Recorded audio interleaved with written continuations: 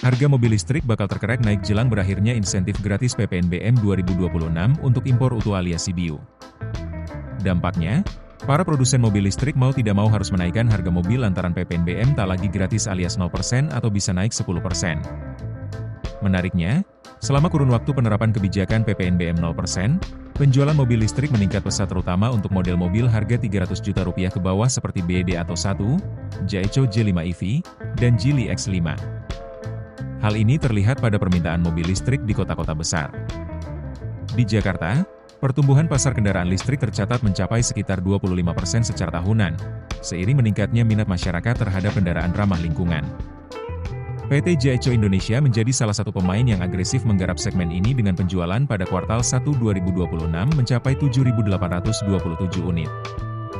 Head of Marketing Jaico Indonesia, Muhammad Ilham Pratama mengungkapkan, pihaknya mengandalkan lini SUV elektrifikasi serta efisiensi biaya operasional untuk menjangkau pasar, khususnya pembeli pertama, first buyer. Sejak hadir di Indonesia sekitar 1 tahun lalu, Jaico telah membawa sejumlah model, mulai dari J5 EV hingga plug-in hybrid seperti J7 SHSP dan J8 SHSP Ardis. Dari sisi penjualan, performa J5 EV tergolong kuat. Pengiriman unit telah melampaui 10.000 unit, dengan target meningkat menjadi 13.000 unit pada April 2026. Sementara itu, jumlah pemesanan telah menembus lebih dari 15.000 unit. Kata dia, dengan adanya permintaan tinggi, dan Jaico Indonesia terus berupaya untuk dapat memenuhinya dengan mendistribusikannya lebih cepat. Jaico juga menekankan efisiensi biaya sebagai daya tarik utama.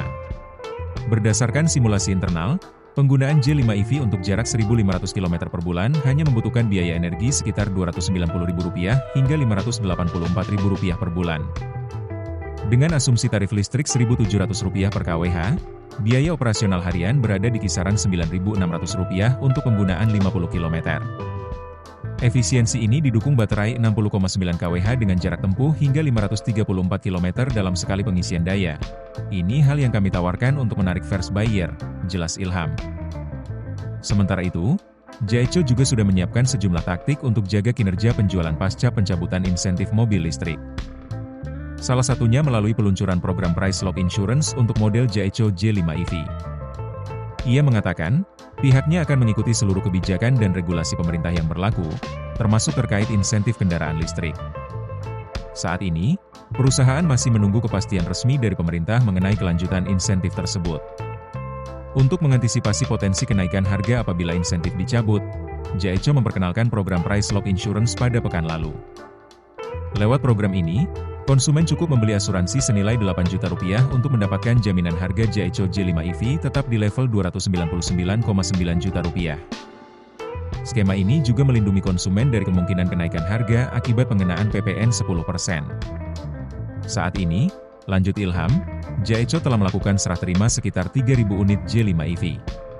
Hingga menjelang Lebaran 2026, perusahaan menargetkan total pengiriman bisa capai 12.000 unit. Saat ini penjualan mobil listrik BED masih didominasi model BED atau 1 dengan penjualan Januari-Maret 2026 mencapai 7.733 unit. Head of PRN Government BED Indonesia Luder Panjaitan menilai insentif terbukti efektif mendorong penjualan kendaraan listrik. Namun, BED tetap optimistis menghadapi pasar meski insentif tidak berlanjut. Kata dia, sebetulnya BED dalam perencanaan jangka panjang termasuk strategi produk dan harga memiliki banyak komponen dan insentif adalah hanya satu bagian pembentuk harga tersebut. Artinya insentif baik bila ada, namun bila tidak diberikan kami tetap confident dengan produk yang kami bawa.